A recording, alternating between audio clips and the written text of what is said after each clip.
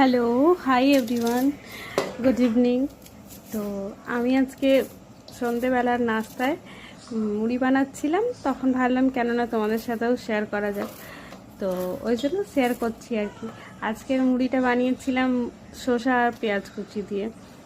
তো এমনি সবথেকে ভালো লাগে, যেটা বেস্ট লাগে, মুড়ি আর চপ, ঠিক আছে, তাতে একটু শসা কুচি আর পেঁয়াজ কুচি থাকলে তো জমেই যায়।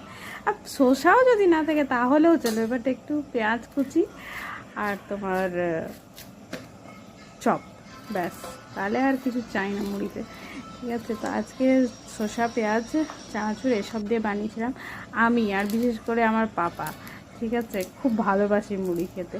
মানে এখানে বেঙ্গলে ম্যাক্সিমাম হচ্ছে যে মুড়ি লাভার আছে, তবে কেউ কেউ আছে যাদের শুনি যে মুড়িটা খুব একটা খেতে ভালোবাসে না, এখন শুনছি আর কি, ঠিক আছে। তো আমি পাপা